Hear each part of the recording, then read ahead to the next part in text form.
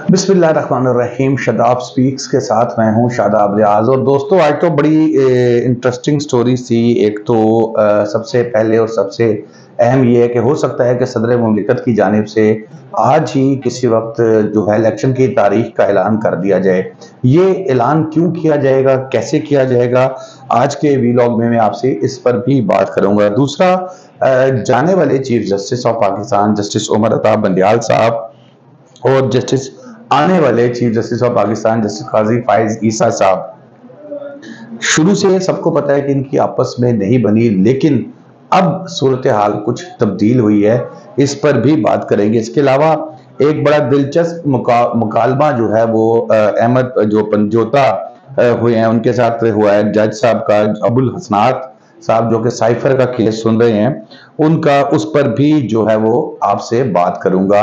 तो अब स्टार्ट करते हैं जनाब। सदर मुमलिकत को जो पीपल्स तहरीक इंसाफ की जो एग्जीक्यूटिव कमेटी है उसका इजलास हुआ, और इस इजलास के अंदर ये बात हुई कि सदर मुमलिकत के पास इस चीज़ का इख्तियार है कि वो इलेक्शन की तारीख दें। फिर उसमें रेफरेंस भी दिया गया क्या इनका आर्टिकल 48(5) सदर की जानिब से असम्बली तहलील करने की सूरत में उनको ये इख्तियार देता है कि वो इलेक्शन की तारीख का ऐलान करें। फिर 90 दिन में इलेक्शन की तारीख किसी दिन भी सदर मुमलिकत की तरफ से दी जा सकती है, ये भी उस खत में कहा गया है। सुप्रीम कोर्ट इसकी तशरीह कर चुके हैं कि जब असम्बली डिसॉल्व की सदर ने, तो उसके बाद जो है वो उनके पास ये इख्तियार है कि वो इलेक्शन की तारीख दें। और फिर ये भी कहा गया है कि जमहूरियत बचाएं और इलेक्शन की तारीख का ऐलान करें। सूरत हाल थोड़ी सी गंभीर हो रही है। लग रहा है कि वो जो पंजाबी में कहते हैं ना कि नवा कटा खुलन वाला है, एक नया कटा जो है वो खुलने जा रहा है। और सदर मुमलिकत की तरफ से जाहिर है अब आज किसी वक्त या कल किसी वक्त तारीख दे दी जाएगी कि जी फलां तारीख को ऐलान करें। अच्छा, अब फिर जो कुछ दिन से सियासत के अंदर थोड़ा सा नरमी आई है, यानी कि जो गर्मा गर्मी थी वो नहीं है, तो अब वो फिर गर्मा गर्मी शुरू हो जाएगी। मुस्लिम लीग नून की क्यादत में से तो कोई भी नहीं है। मरियम नवाज साहिबा की भी इत्तलात हैं कि वो भी जा रही हैं। बाकी रह गए पीपल्स पार्टी जो है वो, उस कल के वीलॉग में भी मैंने बताया था, परसों के वीलॉग में, कि बिलावल साहब और जरदारी साहब में भी इख्तिलाफ राय हो गया। बल्कि आज तो एक जगह खिताब करते हुए बिलावल साहब ने मीडिया से बात करते हुए उन्होंने कहा कि अब्बा होएगा कार होएगा। ठीक है, जरदारी साहब एज अ फादर मुझे जो घर में कहेंगे वो उनकी बात मानूंगा, लेकिन मैं सियासत के मामले में उस बात पर अमल करूंगा जो मेरी पार्टी का कारकुन कह रहा है, जो मेरी पार्टी की सेंट्रल एग्जीक्यूटिव कमेटी कह रही है। तो सेंट्रल एग्जीक्यूटिव कमेटी यही कह रही है कि 90 दिन के अंदर अंदर, बल्कि 90 दिन से पहले इलेक्शन होने चाहिए। अब पीपल्स पार्टी भी आ गई कि इलेक्शन कराओ, पीटीआई भी आ गई इलेक्शन कराओ, बाकी बची नून लीग। नून लीग की तो क्यादत ही यहाँ पर नहीं है। तो फिर अब लगता है कि इलेक्शन 90 दिन में होंगे कि नहीं होंगे, फिर आमने सामने हो जाएंगे। जो इलेक्शन ताखीर से कराना चाह रहे हैं और जो बर वक्त करवाना चाह रहे हैं, यानी कि 90 दिन में इलेक्शन करवाना चाह रहे हैं, इन लोगों का टकराव, इन लोगों का सामना होगा। दूसरी तरफ मुल्क की मईशत को बचाने की कोशिशें कर रहे हैं। जनरल आसिम साहब जो है वो मीटिंग्स भी कर रहे हैं और उनकी असरात भी नजर आना शुरू हो गए हैं। डॉलर्स की कीमत जो है वो ओपन मार्केट में किसी हद तक कंट्रोल की गई है। स्मगलिंग के ऊपर फिर छापे मारे जा रहे हैं। लाहौर में भी मुख्तलिफ मकामात पे जहां पर लोगों ने स्मगलिंग का सामान रखा है उसके ऊपर छापे मारने की तैयारी मुकम्मल है, और किसी वक्त भी छापे मारे जा सकते हैं। तो इलेक्शन 90 दिन में होंगे या नहीं होंगे, ये एक अहम सवाल चल पड़ा है। दूसरा टॉपिक है जी चीफ जस्टिस जाने वाले और चीफ जस्टिस आने वाले।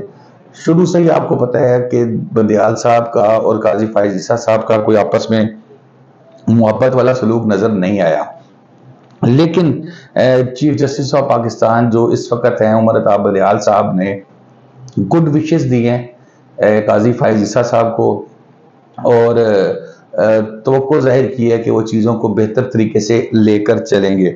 और आज भी एक मकाम पर वो खिताब कर रहे थे, तो बकौल काजी फाइज ईसा साहब के किसी सवाफी ने सवाल पूछा कि क्या जो है फुल कोर्ट रेफरेंस होगा कि नहीं होगा चीफ जस्टिस साहब का। तो उस पर उन्होंने कहा कि वो चीफ साहब तो खुद कह चुके हैं कि वो आखिरी किताब है।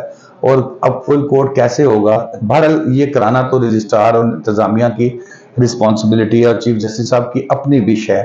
तो अब फुल कोर्ट क्या होता है? बेसिकली फुल कोर्ट ये है कि जिसमें सुप्रीम कोर्ट के तमाम जज साहिबान बैठेंगे बड़े कोर्ट रूम में, कोर्ट नंबर 1 में, अटॉर्नी जनरल्स, एडवोकेट जनरल्स, फिर बार काउंसिल्स के नुमाइंदे, ये तमाम लोग वहां बैठेंगे और फिर दिल खोल के तकरीरें करेंगे, क्योंकि वहां पर तकरीर करना, दिल खोल के तकरीर करना उनका राइट होता है। और फिर आपको पता है वकला को तो वैसे भी नॉर्मल हालत में भी नहीं रोका जा सकता, लेकिन जब आप फुल कोर्ट में खिताबात कर रहे हो तो फिर जिसको जो गिले होते हैं, जिसको जो शिकवे होते हैं, वो करता है। ये होता है फुल कोर्ट रेफरेंस। तो अब बज़ाहिर लग रहा है कि चीफ जस्टिस जाने वाले फुल कोर्ट रेफरेंस जो है वो नहीं लेंगे।